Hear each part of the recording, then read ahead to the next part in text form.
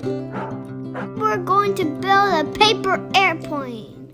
I'm going to show you how to do it. First, you fold it sideways, then crease it. Then do this, and you see there's a line right here. Then you put the triangle right next to the line. Then do the other triangle next to the line. Then you do this and put like it looks like this looks like that. And then you do the other one. Then do this.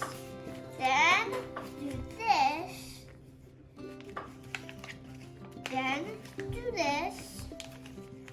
Then we flap the wings up. And then put these two triangles here.